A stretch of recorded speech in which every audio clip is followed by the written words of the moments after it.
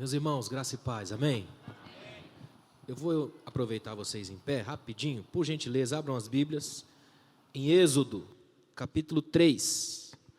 Êxodo, capítulo 3, nós vamos ler alguns versículos para meditarmos no que Deus tem a falar aos nossos corações essa noite, de um modo muito especial.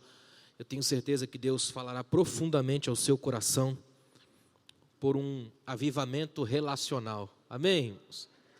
Deus quer trazer um avivamento às nossas relações com Deus, o modo como a gente se relaciona com Deus, com a vida, com as pessoas ao nosso redor. E eu sei que muito do que a gente vai aprender aqui hoje vai mexer bastante com a nossa vida, com a nossa história. Então é um privilégio poder estarmos aqui essa noite. E eu quero mais uma vez agradecer a Deus por essa oportunidade de ter passado esses dias com os irmãos aqui mais uma vez. É sempre uma honra poder estar aqui. Obrigado, pastor, e os pastores da igreja, por essa honra. Acharam? Êxodo capítulo 3, a partir do versículo 1, diz assim, ó: Moisés estava cuidando do rebanho de Jetro, seu sogro, sacerdote de Midian, e levou o rebanho para o lado oposto do deserto, chegando ao Horebe, o monte de Deus. E o anjo do Senhor apareceu-lhe em uma chama de fogo numa sarça. Moisés olhou e viu que a sarça estava em chamas, mas não se consumia. Então disse: vou me aproximar para ver essa coisa espantosa. Por que a sarça não se consome? E vendo o Senhor que ele se aproximava para ver, chamou do meio da sarça: Moisés, Moisés. E ele respondeu: estou aqui. E Deus prosseguiu: não te aproximes daqui, tira as sandálias dos pés, pois o lugar em que estás é terra santa.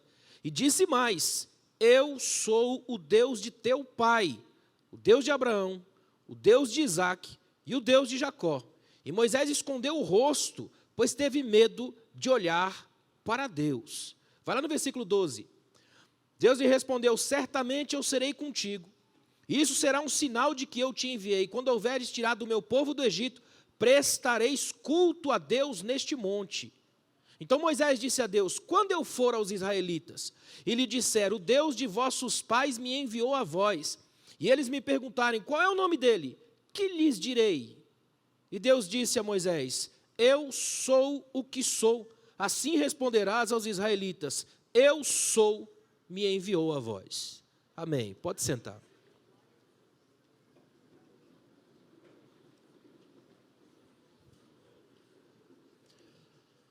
Meus irmãos, nós estamos diante de um dos textos mais tremendos do Antigo Testamento, da Bíblia. A relação que esse texto tem de importância, tanto na vida de Moisés quanto na nossa, ainda é uma coisa a se pensar, a se buscar. Estamos diante de um texto que até hoje é capaz de bugar o cérebro dos linguistas no mundo inteiro. Os teólogos, os filósofos, os filólogos que trabalham com palavras, ainda hoje não conseguem entender o que aconteceu nesse texto. Esse eu sou o que sou de Deus é o mais próximo que a gente pode chegar na nossa pífia tentativa de definir o que foi que Deus disse. Até hoje, para quem estuda hebraico, não existe o verbo ser na primeira pessoa do singular. Eu sou no hebraico, só para Deus. Ou seja, Deus mostrou em relance para Moisés que nem a nossa gramática a gente consegue entender se Deus resolver falar por ela. E ainda tem gente que acha que conhece Deus profundamente. Se uma frase dele a gente não entende até hoje, não é estranho que muita gente acha que pode guardar Deus na caixinha da sua arrogância? Nesse texto aqui acontece uma coisa que ainda acontece com a gente. Existe uma cartografia existencial aqui, ó. Moisés é um homem que nasce, cresce, se desenvolve como alguém com uma baita de uma expectativa sobre ele. Moisés é colocado na Bíblia como filho da filha de Faraó, passa por uma adoção, é alguém que tem tirado das águas o próprio nome, e não eram quaisquer águas, eram simplesmente do Nilo, um rio que ao mesmo tempo é rio, mas também é metáfora de adoração, é uma espécie de idolatria do Egito profundíssima na época. Então Moisés cresce com essa aura do místico, do esotérico, de ser criado como alguém tirado das águas, como um presente do Nilo. É alguém que tem grandes expectativas sobre a vida dele. O tempo passa, Moisés sai do Egito e agora sai como fugitivo, porque matou alguém, do povo do Egito, porque a situação é crítica. Ele foge, chega em Midian, casa, tem um filho. A situação para ele é tão complicada agora que ele está começando a ajeitar na cabeça dele as situações ao redor de si. Tanto que ele é príncipe no Egito, ele é educado pela filha do faraó, criado lá dentro, agora se torna fugitivo, e quando se torna fugitivo, casa, tem um filho. O nome que ele põe no filho já não é mais nome de guerreiro, nome de elite, é nome de viajante. Gerson, peregrino em terra estranha. As metáforas mudam, as linguagens mudam. E um dia que ele está no auge da prova, vê se não é o auge da prova, cuidando de ovelha do sogro. Não é? Pensa que você foi educado no Egito, você estava no topo da elite da época, a mais avançada filosofia e ciência da época era estudada no Egito. Você era o cara daquela região, todo mundo esperava alguma coisa de você. Você era filho da filha de Faraó, você era alguém extraordinário, de repente você sai, tem um filho que o nome agora é Gerson, peregrino em terra estranha, uma bagunça generalizada na mente e na alma, cuidando de ovelhas. Deus tira ele da projeção de um império e transforma ele em pastor. Só Deus faz isso. Só Deus surpreende a gente com reviravoltas nas histórias que a gente já acha vencedoras. Só Deus consegue fazer com que nosso caminho na história ande por lares e por lugares que a gente não consegue supor, só que são esses os lugares que Deus quer que a gente transite. Porque todo relacionamento com Deus começa por rupturas. Deus quebra as nossas ideias, as nossas perspectivas, expectativas e horizontes, e coloca a gente no chão da vida do jeito que Ele quer. Aí um dia, olha como é tremendo o texto bíblico, diz que Moisés estava lá cuidando do rebanho do seu sogro, simplesmente cuidando do rebanho, está ali como quem é um pastor de ovelhas, e de repente ele está ali cuidando do rebanho do sogro, e o anjo do Senhor aparece para ele, no versículo 2, no meio de uma chama de fogo, numa sarça. Aí tem uma coisa incrível, a sarça é uma plantinha raquítica do deserto, ela não cresce muito, e ela tem um problema grave nela, um cheiro muito forte, que chega a dar uma certa ardência nos olhos. Até hoje, quem visita o Egito e fica em alguns hotéis do Cairo, de manhã costumam sentir uma pequena ardência nos olhos, visto de algumas dessas folhas, parentes dessas antigas, que ainda existem naquela região. E os historiadores dizem que elas têm uns espinhos extremamente finos e pequenos, só que os espinhos ficam escondidos embaixo da folha. Então o desavisado que não conhece até põe a mão, o duro é tirar. Porque quando você vai puxar a mão, os espinhos estão por baixo, sai rasgando tudo. Aquela pequena sarça raquítica, miserável, que provoca náusea, é o símbolo metafórico do próprio povo de Israel. Agora Deus começa a cuidar da história de seu homem, que ele chama Moisés. Moisés vai começar a ver que tem uma sarçazinha, e que essa sarçazinha agora é o povo dele. É Deus dizendo para ele: Moisés, não é porque você cresceu no palácio que você é de lá, você é meu. Não é porque você é príncipe que você é de lá, não é porque você fala bem que você é de lá, você é só meu, e isso é tudo. E eu vou mostrar para você como eu te vejo, Moisés. Está vendo essa sarçazinha? Não é nada. Se colocar a mão, sai rasgando tudo, porque quando Israel entra no Egito, entra pela mão fácil de José, para sair de lá só Deus, porque vai arrancar com força. Tem um fogo que está consumindo. Agora olha para mim. Moisés nasce, cresce e desenvolve no Egito. Ele estudou nas escolas egípcias, e as escolas egípcias da época eram muito famosas pela sua filosofia, e acreditavam, por exemplo, para vocês terem uma noção, que não existia uma força na natureza mais extraordinária do que o fogo. Os egípcios acreditavam que o fogo, uma vez que se lança sobre algo, consome tudo. É uma fúria cega, assassina, violenta. Moisés nasce, se desenvolve e cresce acreditando nisso. As pesquisas antigas do Egito mostram isso.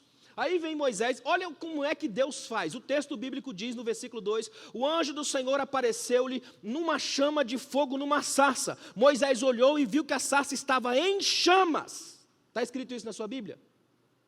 Moisés olhou e viu que a sarça estava em chamas, e a sarça não se consumia. Detalhe tremendo, o texto não diz que o fogo não consumia a sarça, o texto diz que a sarça não se consumia, é diferente. Foi isso que bugou Moisés. Moisés falou: não é possível. Eu aprendi desde pequeno que quando o fogo levanta, detona tudo. Eu já vi fogo queimando árvores, eu já vi fogo queimando palácios, eu já vi fogo queimando casas, eu já vi fogo queimando florestas. Como é que uma sarçazinha dessa, que não dá fruto, que não tem nada, que é cheia de espinho, que não cresce muito, que só arde o olho da gente, consegue vencer o fogo? Moisés diz: tem coisa estranha acontecendo aqui, o mundo virou de cabeça para baixo. Deus estava na casa, e a casa agora era sarça, Deus em Israel. A chama não conseguia destruir porque a chama é o símbolo da fúria de Faraó, que tentou, só não destruiu porque Deus estava no meio. O segredo é que se Deus estiver no meio, nenhuma chama destrói sua casa, nenhuma chama destrói sua família, nenhum ataque do inferno destrói seu casamento, nada destrói aqueles em quem Deus habita no meio, ponto de equilíbrio da vida. O texto é espetacular, olha o que diz o versículo 3. Ó. Então Moisés disse assim, ó, eu vou me aproximar para ver essa coisa espantosa. A expressão no hebraico tem o sentido de horror, aquela coisa horrorosa, estranha, escandalosa para mim. É a dimensão que Abraham Heschel, um teólogo judeu, chamava de assombro, é assombroso. Como é que pode acontecer isso? Você está conseguindo entender? Imagina por um momento o que está acontecendo aqui. Ó. Moisés está dizendo assim, é a primeira vez na vida que eu vejo o fogo passar vergonha. É a primeira vez na vida que a coisa pequena é maior do que a grande. É a primeira vez na vida que a natureza mostrou para mim que o fogo pode falhar.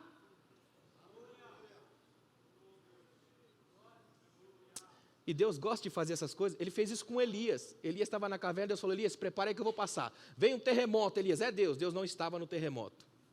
Veio um fogo. Aí Elias, agora é Deus. E o texto diz, e Deus não estava no fogo. Nem sempre Deus está no fogo. Deus estava desconstruindo. Irmãos, abram o coração para o Deus que habita a desconstrução. Abram o coração para o Deus que habita no contraditório, para o Deus que ensina na volta e não sempre na ida, para o Deus que fala no silêncio, para o Deus que abençoa tirando e não dando. Eu queria mostrar para vocês hoje que existe um Deus que se experimenta na contramão do que você imagina. Existe um Deus que te abençoa, às vezes não é no domingo, é na segunda-feira, não é quando a pessoa chega para você, é quando ela sai da sua vida. Existe um Deus capaz de trabalhar nos contraditórios da vida.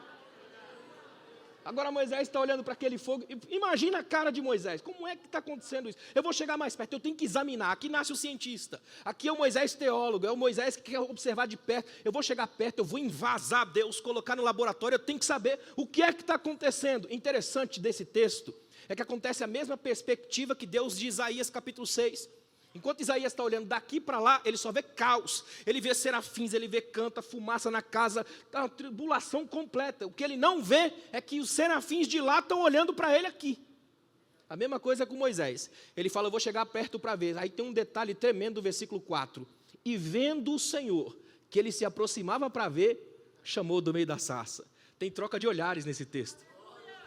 Moisés está olhando para a sarça e pensando, não é possível. Como é que ela envergonha o fogo? Vou chegar mais perto. Aí Deus fala, não vai não.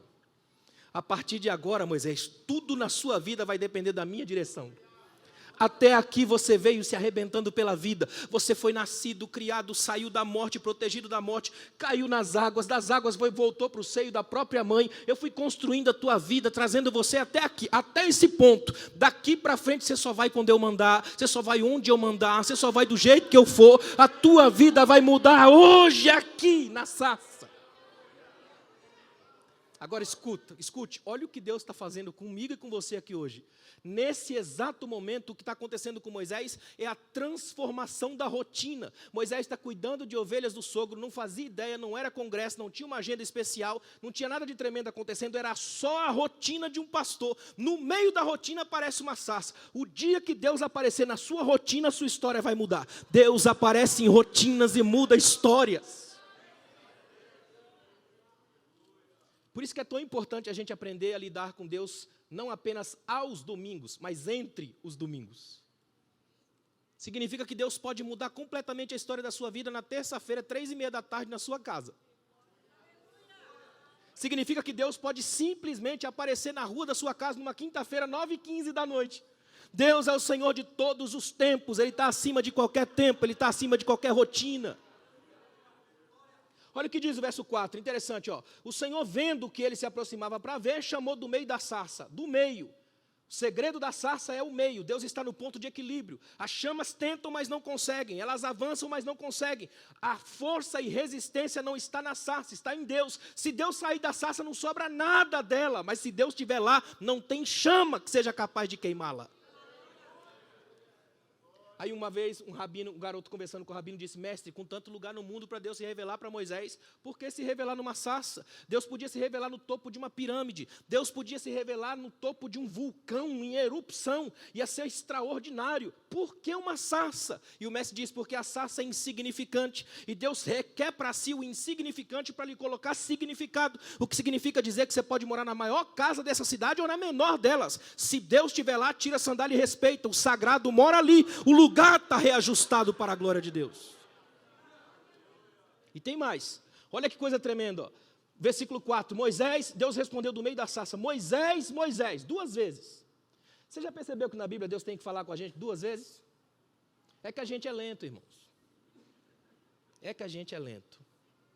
Tem gente que é capaz de passar um ano inteiro na igreja para Deus falar com ele só no final do ano. Não é que Deus falou no final do ano, falou desde o primeiro dia, ele só foi ouvir no final.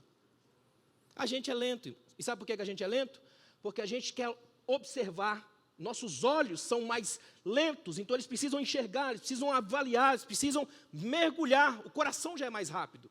Olha os 2 discípulos no caminho de Emaús, os olhos demoraram para saber que era Jesus, mas o coração detectou assim que ele chegou. Na hora que a gente calibrar o coração e os olhos, aí a gente vai perceber sarças sendo acesas nas nossas rotinas. Deus quer acender uma sarça na sua rotina. Olha que coisa maravilhosa, Moisés, Moisés, ele respondeu, estou aqui. Eu fico imaginando como é essa fala. Porque imagina que nesse momento ele já está completamente desarmado de todas as certezas. Tudo que ele quer é um impulso de investigação, ele quer saber por que a sarça não se consome. Ele quer saber o que está acontecendo na reformulação da ideia de natureza. A ideia da natureza para ele é que o fogo detonava, agora ele sabe que não. Só que no que ele vai chegar para perto, a coisa piora. Porque agora tem uma voz. E até então, ele não conhece essa voz. Notem, até aqui, Moisés não conhece essa voz. E essa voz vai dizer para ele, logo pelo nome, Moisés, Moisés. Sabe o que ele está dizendo, Moisés? Esse fogo aqui ó, não consegue apagar a sarça, também não consegue secar a água do rio que eu te trouxe. Eu estou com tudo na mão aqui, Moisés. Você não é um susto para mim, eu sei quem você é. Dá uma olhada nisso aqui, ó. Olha o que diz o versículo 5. E Deus prosseguiu. Não te aproximes daqui, para aí, Moisés. Não dá para a gente conhecer assim tão rápido. Eu preciso me apresentar, eu vou conversar com você e criar um sistema relacional. A gente vai andar junto aqui para frente. Vou mostrar para você por que eu fiz você ficar tanto tempo no palácio. Você é o meu homem lá dentro, vai ter todo um processo sendo trabalhado. Então, antes de mais nada, Moisés, a gente vai apresentar as formalidades de uma conversa. Deus é amigo, irmão. Se tem uma coisa que é encantadora na Bíblia, é a proposta de amizade de Deus. Imagina comigo, por exemplo, o gadareno, endemoniado até a medula, o cara que antecipa a morte, ele mora no sepulcro, ninguém suporta ele, todo mundo tenta toda hora acorrentá-lo, ele quebra as correntes, é uma situação angustiante. Tenta imaginar comigo qual foi a última vez que alguém chegou para o gadareno e propôs uma amizade. E aí, qual é seu nome? É exatamente isso que Jesus faz. Quando Jesus chega diante dele, a primeira coisa que Jesus diz é, qual é o seu nome, cara? A pergunta é para eles, os demônios que se entregam um penteiro.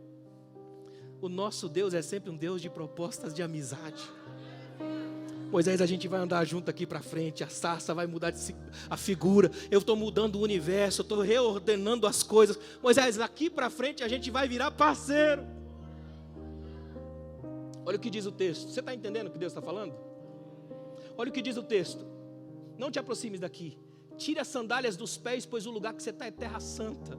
Olha o que Deus está dizendo para Moisés, Moisés, você está em Midian, isso aqui não é nem Israel, ou seja, não tem o lugar da geografia, não é santo porque é lá, é santo porque eu estou aqui. Não é santo porque é uma geografia, é santo porque o céu desceu, e eu inverti os polos do universo, aqui é o céu agora porque eu estou aqui. 2 passos para lá é o inferno, aqui é o céu.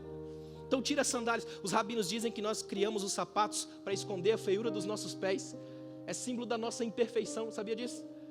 Por exemplo, tem um ditado rabínico antigo que diz, aquele que pisa num chinelo, uma sandália de couro, não pisa na realidade do chão, porque entre a realidade do solo e os seus pés está essa borracha ou esse couro que você criou para se proteger das bactérias do solo. É medo de pisar no chão e ser atingido pelo que vem de lá. Aí o que Deus está dizendo para Moisés é magistral. Moisés, só que tem uma coisa, se você quiser andar comigo daqui para frente, vem nu. Arranca tudo, corra meu risco, pisa no meu chão. O que sair daqui não vai te infectar, vai te mudar, vai transformar a sua vida, vai quebrar barreiras, vai lotar a sua alma de graça. tem que ter coragem para andar com Deus e arrancar as suas sandálias.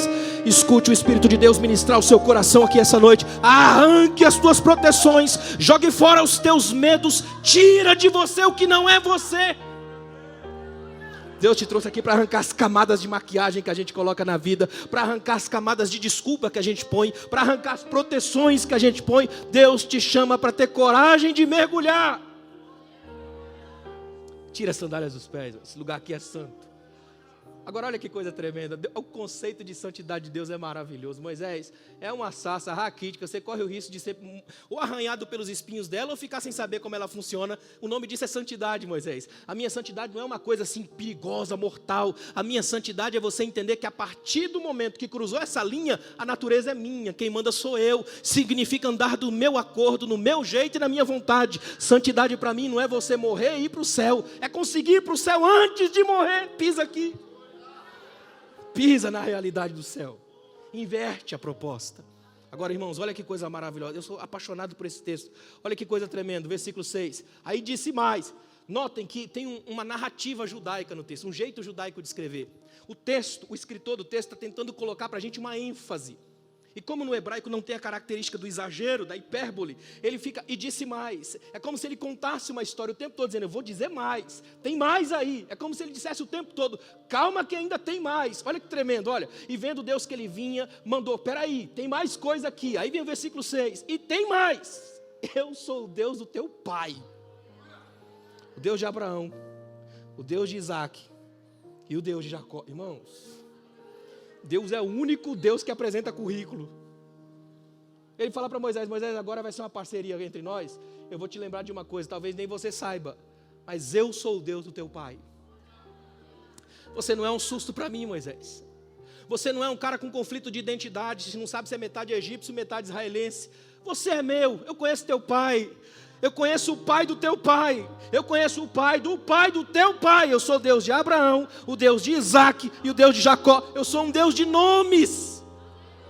Eu conheço gente, eu ando com gente, eu proponho parceria. Você não é um susto para mim. Olha para mim, Deus está dizendo claramente aqui essa noite, eu não sou o Deus da tua credencial, eu não sou o Deus dos teus esquemas. Eu não estou nem um pouco preocupado se você tem uma conta bancária fantástica, se você tem uma família que mora nessa cidade há 300 anos. Só quero que você saiba que eu sou o seu Deus. Eu gosto do nome, identidade, personalidade, quem você é. Não é o que você apresenta. Imagina Moisés nessa hora, pensa num medo que deve ter dado, irmão. Não é à toa que o texto coloca isso aqui, ó. Olha o final do versículo 6. Moisés escondeu o rosto, porque teve medo de olhar para Deus. Como é bonita essa frase, irmãos, como é bonita essa frase. Ele teve medo de olhar para Deus. É sempre assim com Deus. Esse medo aqui não é o medo que paralisa, não é o medo que emburrece, não é o medo que aterroriza. Esse medo é o medo da presença, esse medo é o medo da face. Esse medo é saber, agora eu entendi onde é que eu estou. Agora eu sei que existe um Deus que já me conhecia antes do projeto. O Deus que andou com os meus pais me encontrou na vida. Nem eu andei com meus pais porque a nossa história bifurcou, mas Ele me achou. Eu tenho orado para Deus desenvolver esse santo medo no coração da gente. Abraçar Deus presente aqui hoje não é sair efusivamente gritando, é chorar o desespero humano de saber-se tão minúsculo ante um Deus tão grande, saber-se tão pecador ante um Deus tão santo, saber-se tão miserável ante um Deus tão rico. Que caia esse temor sobre o coração da igreja essa noite, que você saiba que há um Deus maior, infinitamente maior, soberano, com tudo na sua mão, as rédeas do universo. Ele mede o céu a palmos, Ele chama a si os exércitos das estrelas, cada uma delas pelo nome, e elas a Ele se apresentam e nenhuma ousa faltar. Esse Deus não perdeu o controle da sua vida. Ele não te jogou fora. Ele sabe o que é que você precisa. Esse Deus conhece os teus choros. Esse Deus conhece os teus pais. Irmão, pensa numa frase profunda. Eu sou o Deus do teu pai. Ele está falando assim, Moisés, eu quero só que você tenha certeza que você não é um susto para mim. Você não é um acidente para mim. Eu te conheço desde o ventre. Eu te projetei assim, Moisés, sei quem é você. conheço os teus caminhos, conheço a tua genealogia, a tua história. Moisés, eu sei quem você é. Agora tem uma coisa incrível. Toda vez que Deus fala, eu sou, Ele é sempre no presente. Nós é que temos problema com o passado ou ansiedades com o futuro, porque nós somos filhotes de um tempo, só que Deus é Senhor do tempo. Então Ele vai dizer, eu sou o Deus de teu pai, Abraão, passado, mas eu sou, presente. Eu sou o Deus de teu pai, no presente, e olha que ele já morreu. Eu sou o Deus do teu pai Abraão, sou o Deus de Isaac, sou o Deus de Jacó. Eu sou o Deus que vai tirar vocês do Egito. Ou seja, Deus diz assim, ó, se é no passado, eu sou. Se é no presente, eu sou. No futuro, eu sou. O tempo não me atinge, o tempo não me muda. Malaquias vai dizer, eu, o Senhor, não mudo. Eu sei quem sou. Irmão, isso significa que Deus nunca mudou no agir comigo e com você.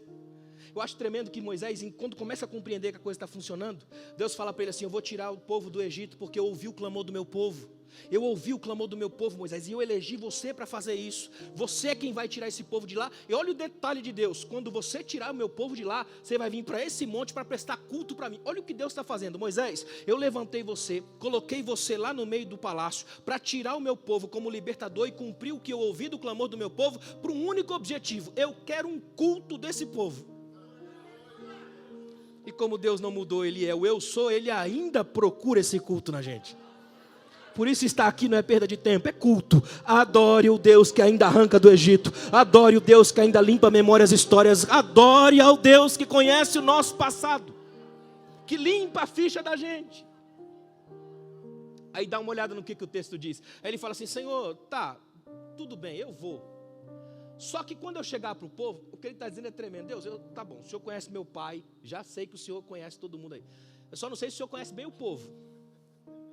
Porque quando eu chegar lá perto do povo, eles vão perguntar, como é que é o nome desse Deus aí?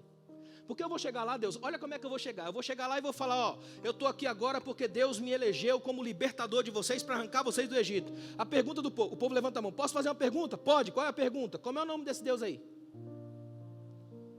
Aí, irmão, essa é a nossa tentação até hoje. A gente ama enquadrar Deus nas nossas lógicas. A gente gosta de colocar Deus nos nossos quadradinhos. A gente gosta de agendar Deus. A gente gosta de achar que Deus é uma matemática. Você junta uma coisa aqui com outra lá que vai dar um resultado. A gente adora fazer isso, porque a gente faz isso com coisas e objetos. O nosso sonho é colocar Deus na nossa caixinha e colocar Ele como um produto gospel. É fazer o gol e levantar a camisa. Eu sou de Deus. A gente adora domesticar e marketizar o nome de Deus. Porque se conseguir fazer isso com Deus, faço com qualquer pessoa. Essa é a grande tentação do coração. Só que aí vem Deus e fala assim para Moisés, vamos fazer o seguinte, quando você chegar lá só fala assim, ó, o eu sou me enviou.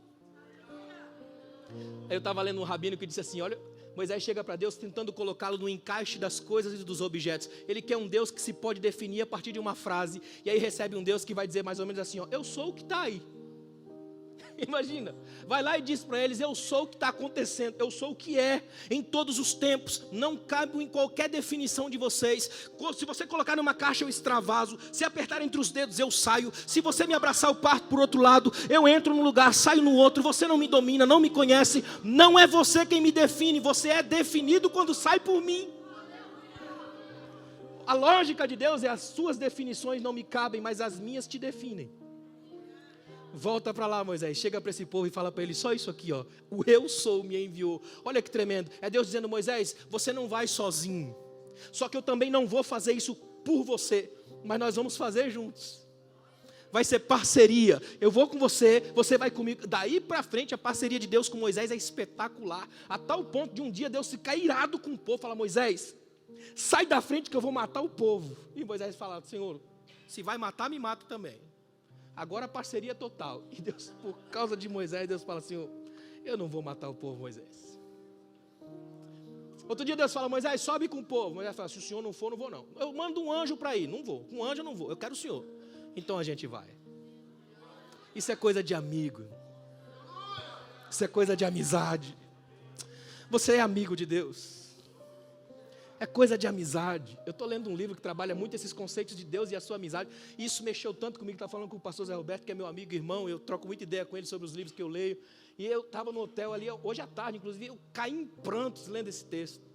E o escritor diz uma coisa que mexeu demais comigo. Ele fala assim, ó, a relação marital, amor, marido e mulher, por exemplo, não suporta certos segredos guardados. Um marido que tem segredos para sua esposa complica e muito. Já o amigo não tem problema, não é? A gente sabe que os amigos guardam os negócios e a gente fica na nossa. A gente é amigo, mas concede a ele o limite.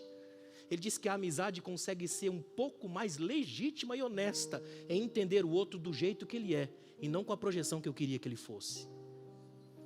Aí ele vai dizer, aí Deus chega para Abraão e fala assim, Abraão é meu amigo. E lá no final de Êxodo, Deus fala assim, com Moisés eu falo face a face. Como se fala com um amigo.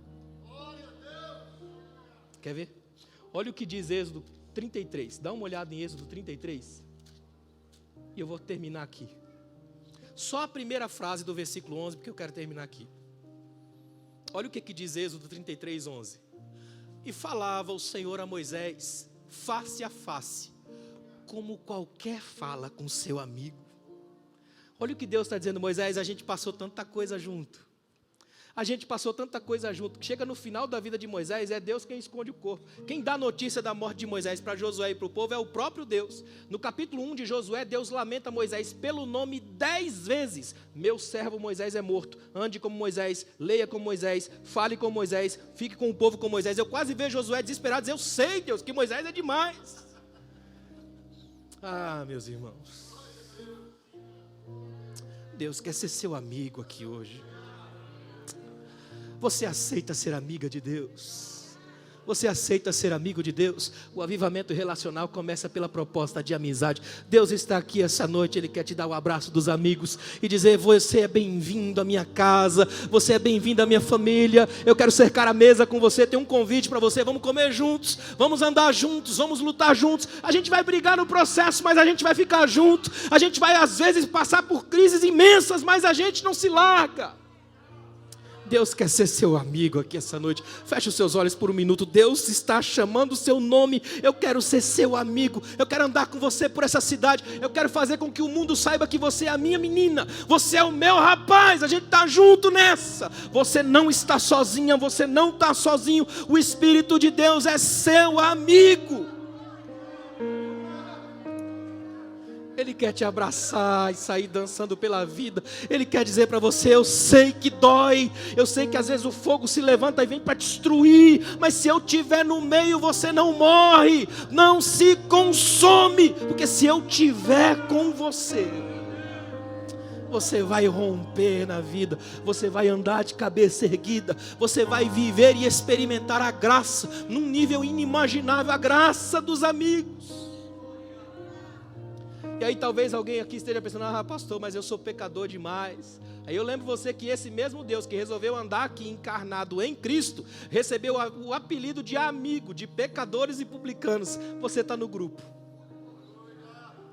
Nós temos um amigo fiel.